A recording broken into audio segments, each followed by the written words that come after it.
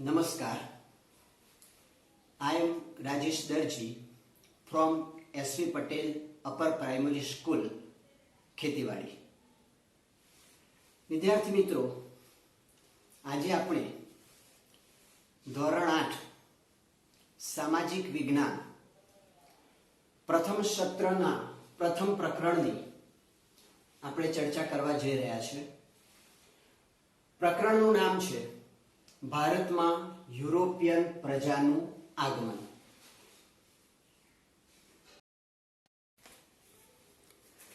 વિદ્યાર્થી મિત્રો, આપણે આ પ્રકરણની શરૂઆત કરીએ. આપણો દેશ એટલે ભારત દેશ. ભારત દેશ એ પ્રાચીન દેશોમાંનો એક દેશ છે. વર્ષો અગાઉ ભારત દેશ દુનિયામાં અગ્રીમ હરોળમાં હતો. આપણા દેશની સમૃદ્ધિ અને સંસ્કૃતિ બે નમૂન હતી. તેનાથી દેશ વિદેશના લોકો આપણી સમૃદ્ધિ અને સંસ્કૃતિથી પ્રભાવિત થઈ રહ્યા હતા. વિશ્વમાં આપણા દેશનું એક અનોખું મહત્વ હતું. વેપાર કરવા માટે વિશ્વના ઘણા લોકો આપણા દેશમાં ધન કમાવા ખૂબ આતુર હતા. આમ જોઈએ તો વિદ્યાર્થી મિત્રો, અગાઉ પણ વિદેશી વેપારીઓ જમીન માર્ગે વાયવ્ય સરહદેથી આવી વેપાર કરતા હતા. આરબ વેપારીઓ પણ વર્ષોથી વેપાર ખેડતા હતા. પરંતુ તુર્કોએ કોન્સ્ટેન્ટિનોપલ જીતી લીધું અને એને કારણે જે જમીન માર્ગ હતો એ જમીન માર્ગે થતો વેપાર અટકી પડ્યો. અને બીજી બાજુ યુરોપિયન જે દેશો છે એમાં ભારતની ચીજ વસ્તુઓ જેવી કે રેશમ, સુતરાઉ કાપડ, મલમલ, મરી મસાલા, તેજાના આ બધાની માંગ ખૂબ વધી રહી હતી. આ પરિસ્થિતિનો લાભ લેવા યુરોપના મોટાભાગના દેશોએ ભારતમાં પહોંચવા માટેનો જળમાર્ગ શોધવાની યોજનાઓ બનાવી અને ધીમે ધીમે અમલમાં મૂકી.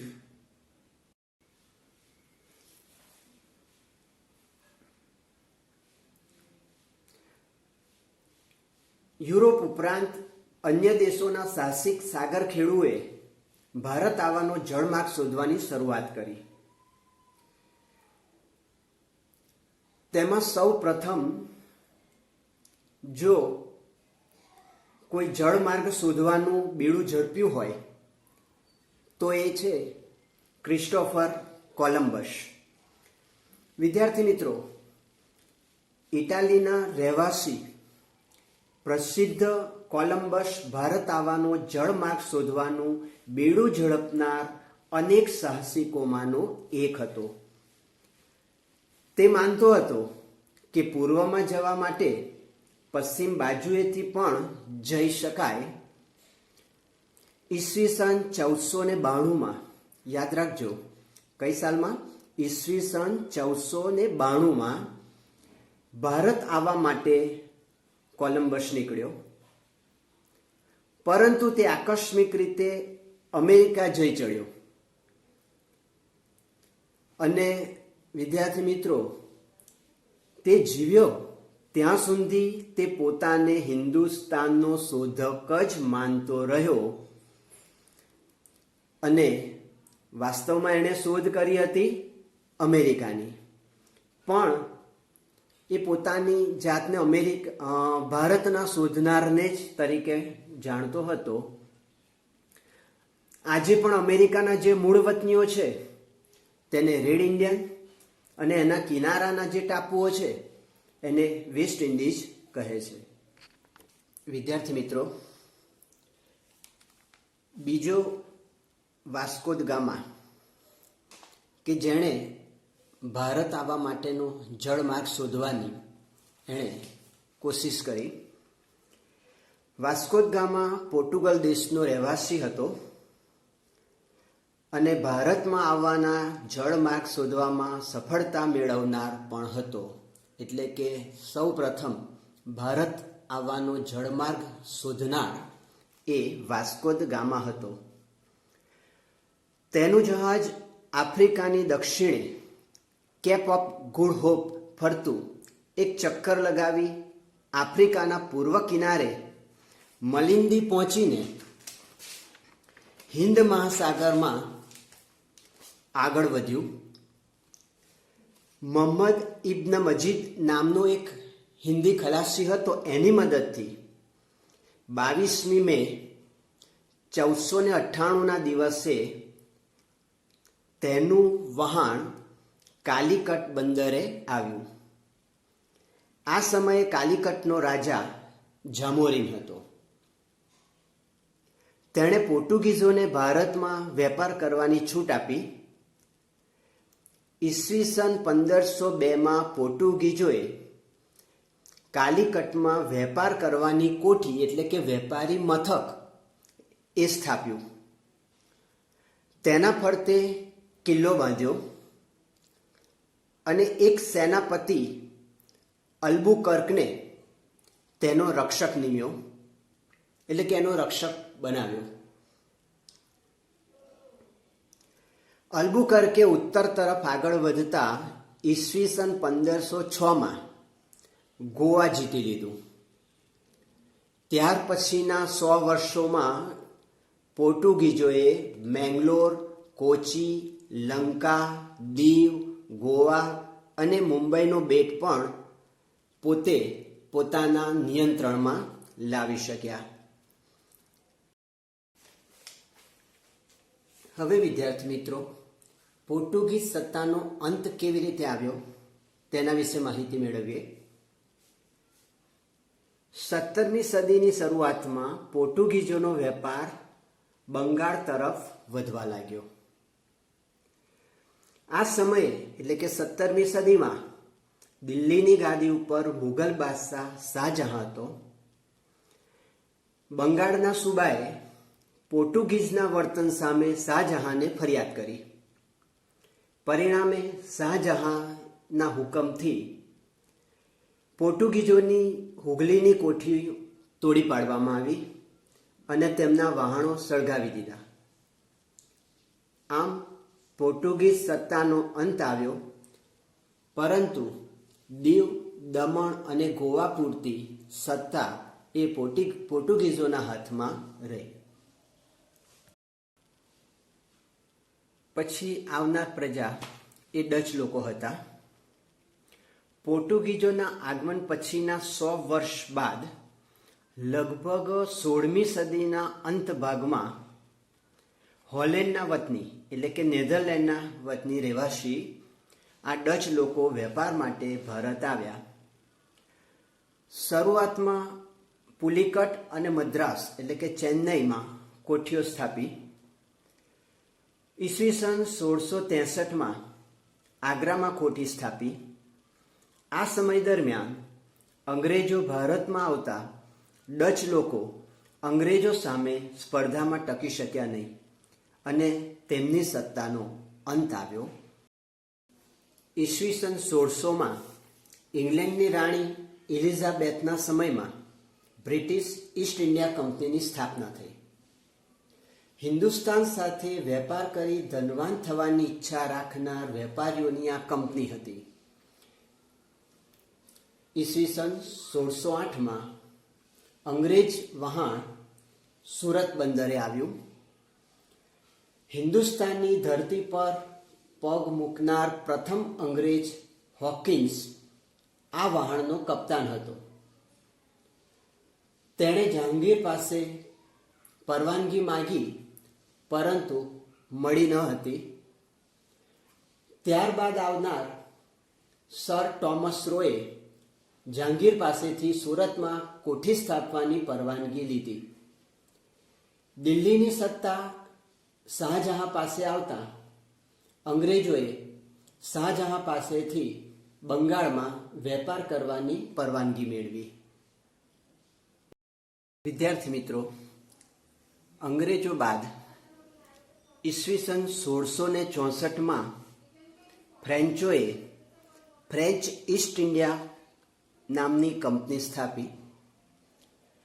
સૌપ્રથમ આ ફ્રેન્ચ પ્રજાએ સુરત અને પુડુચેરી એટલે કે પોંડિચેરીમાં પોતાની કોઠીઓ સ્થાપી.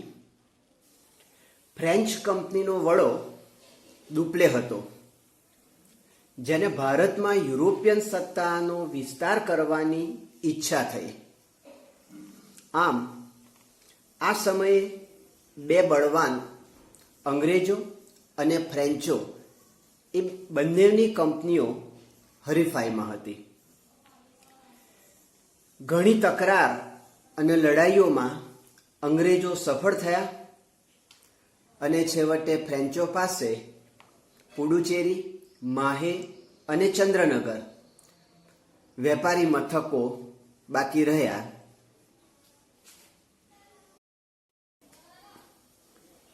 બંગાળમાં અંગ્રેજોનો વેપાર. આપણે અગાઉ જોયું કે શાહજહાં પાસેથી બંગાળમાં વેપાર કરવાની પરવાનગી અંગ્રેજોએ મેળવી લીધી હતી. તેના કારણે ઈસવીસન 1651માં હુગલી નદીના કાંઠે અંગ્રેજોએ વેપાર કરવાની શરૂઆત કરી.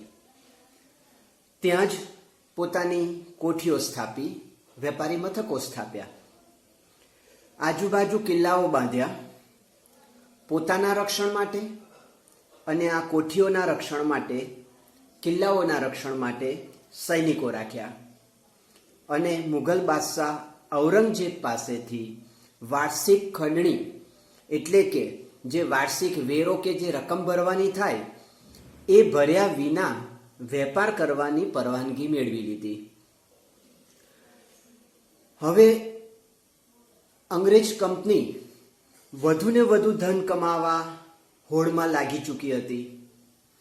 બંગાળમાં કરમુક્ત વેપાર કરવાનો આદેશ હતો, એ માત્ર કંપનીને જ વેપાર કરવાની છૂટ હતી.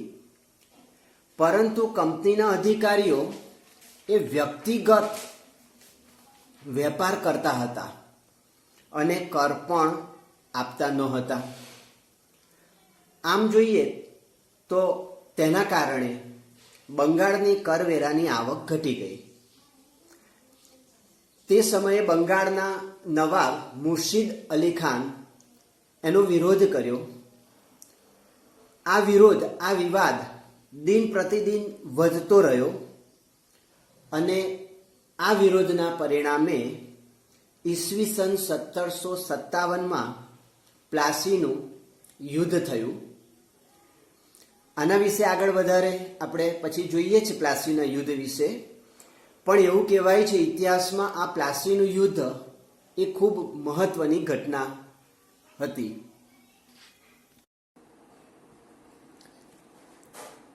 વિદ્યાર્થી મિત્રો, હવે આગળનો અભ્યાસ આપણે નોટબુકમાંથી કરીએ.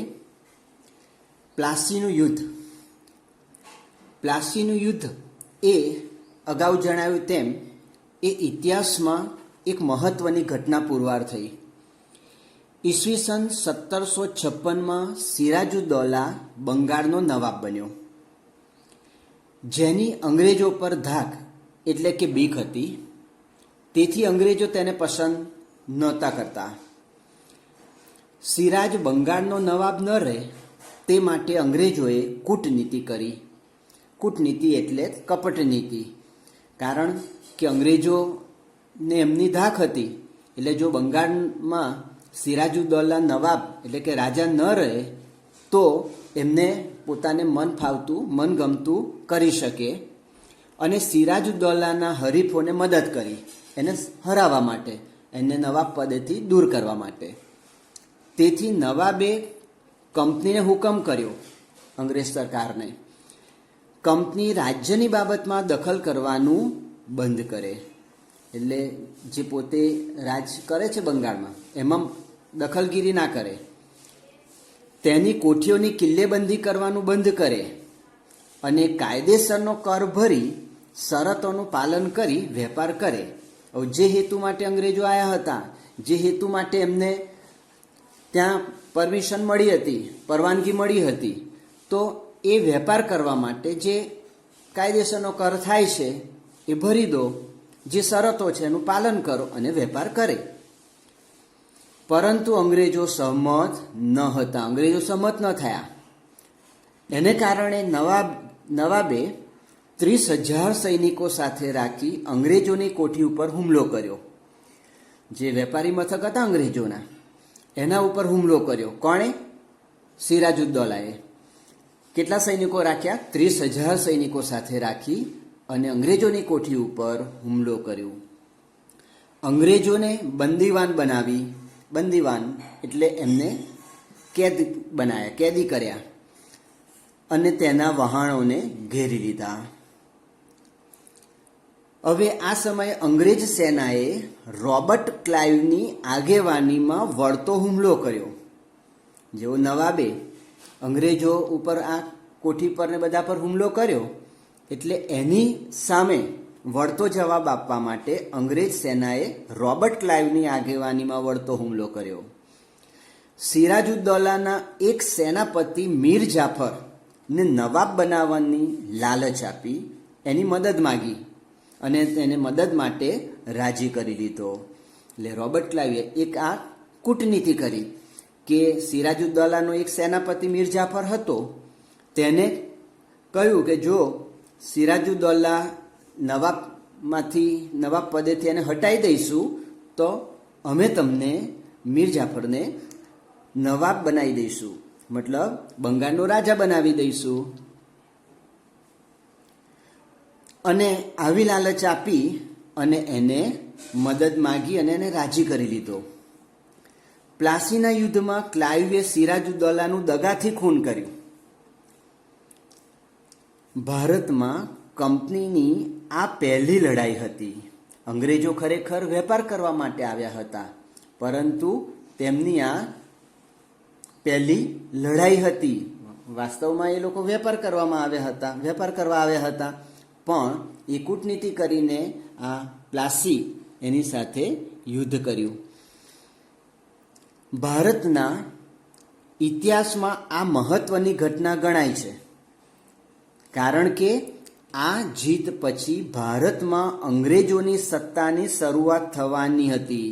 એટલે અંગ્રેજોએ પોતે સત્તા મેળવી. અત્યાર સુધી વેપાર કરતા હતા, કોઈ પ્રાંત ઉપર પોતાની સત્તા નહોતી, પરંતુ બંગાળમાં એમણે પોતે સિરાજુદ્દૌલાને હરાવી દીધો અને એને પર એની પોતાની સત્તા સ્થાપી. અને આ સત્તાની શરૂઆત થવાની આ પ્લાસીના યુદ્ધથી શરૂઆત થઈ. આ બનાવથી ભારતનો ઇતિહાસ બદલાય છે. એટલે અંગ્રેજો અત્યાર સુધી જે વેપારી હતા એ હવે સત્તાધીશ બની ગયા, સત્તા કરનાર બની ગયા.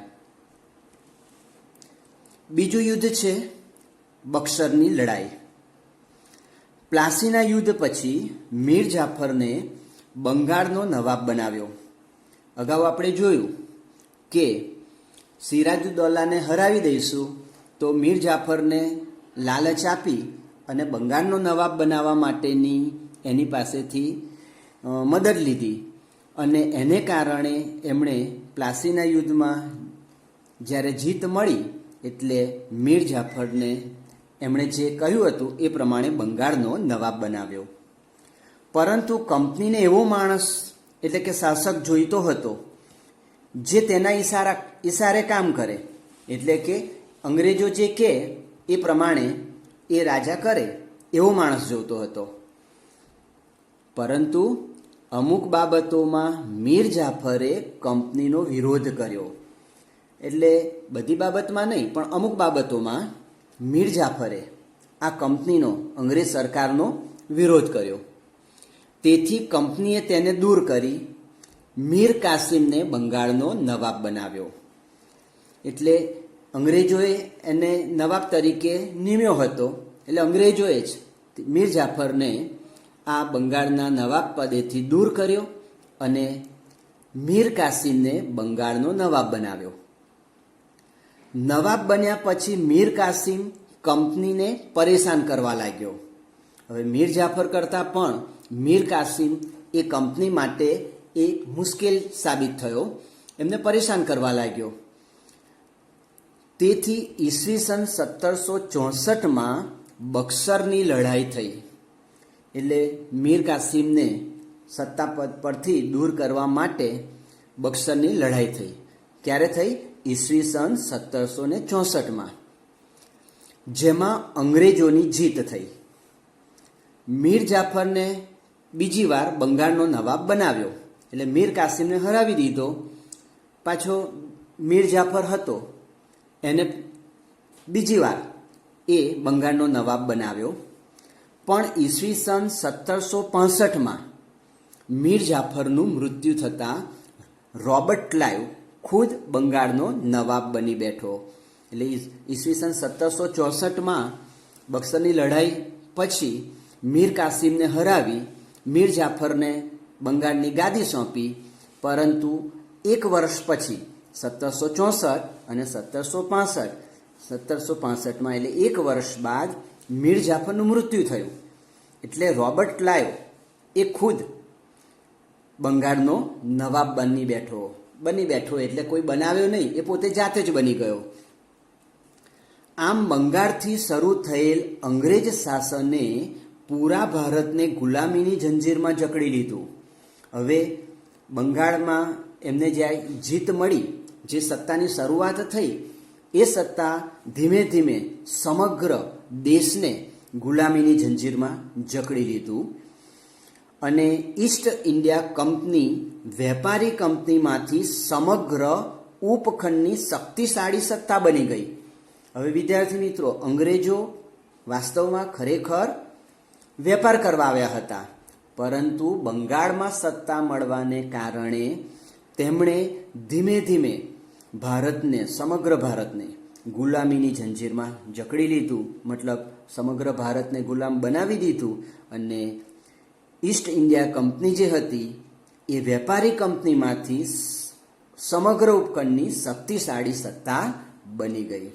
તો વિદ્યાર્થી મિત્રો, આ પ્રકરણમાં આપણે જોયું કે જુદા જુદા દેશના લોકો, યુરોપિયન પ્રજા ભારતમાં વેપાર કરવા આવી અને એમનો કેવી રીતે અંત આવ્યો એ આપણે જોયું. હવે આપણે આ પ્રકરણમાં જે અગત્યના મુદ્દા છે એ અગત્ય મુદ્દાની ફરીથી આપણે ચર્ચા કરી લઈએ.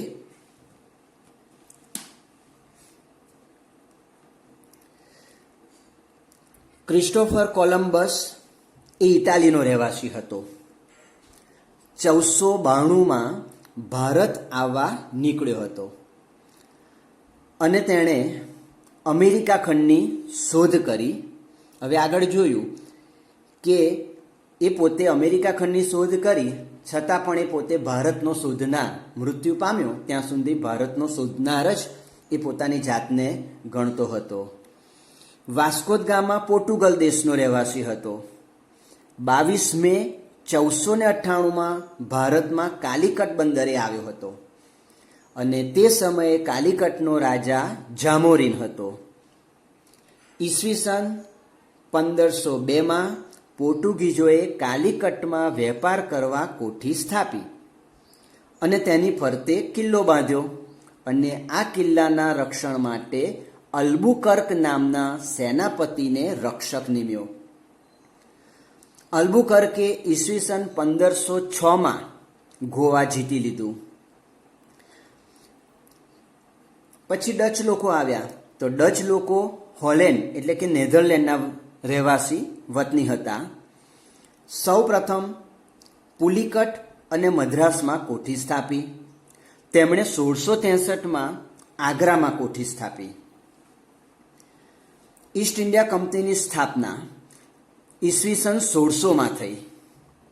ઈસવીસન 1608માં અંગ્રેજોનું પ્રથમ વહાણ સુરત બંદરે આવ્યું.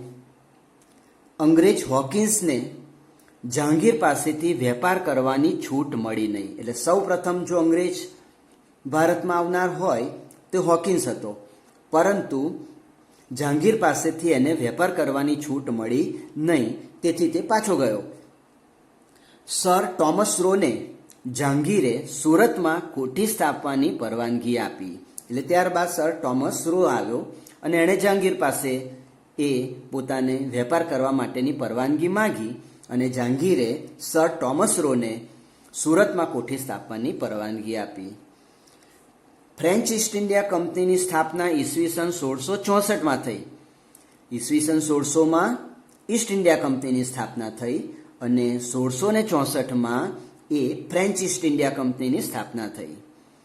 ઈસવીસન 1651માં બંગાળમાં હુગલી નદીના કાંઠે પહેલવહેલો વેપાર કરવાની છૂટ મળી. કોને? ફ્રેન્ચ લોકોને. 1651માં.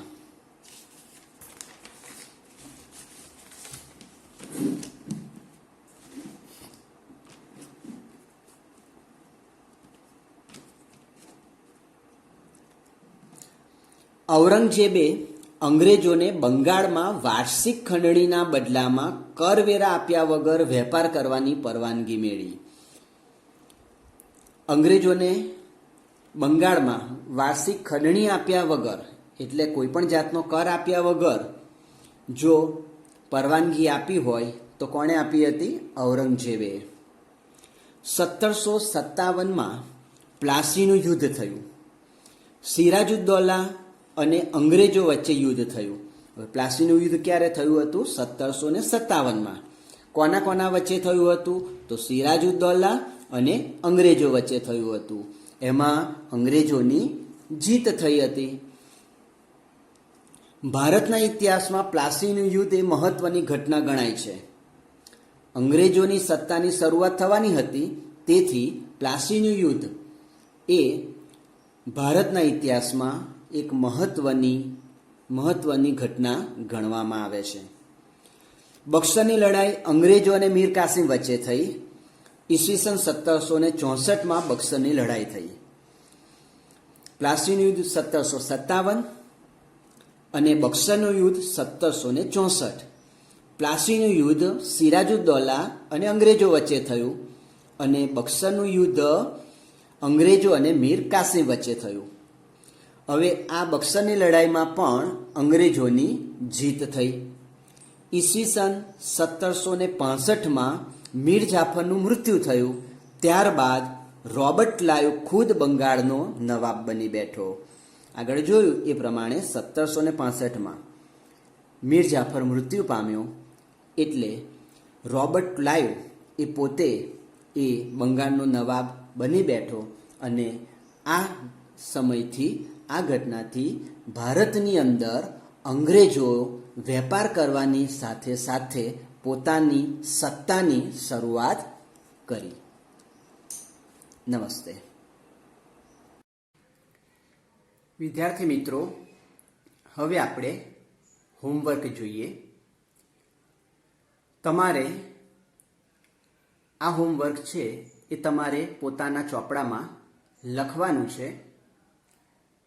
પ્રશ્ન 1, યુરોપિયન પ્રજાને નવા જળમાર્ગો શોધવાની જરૂર સાથી પડી.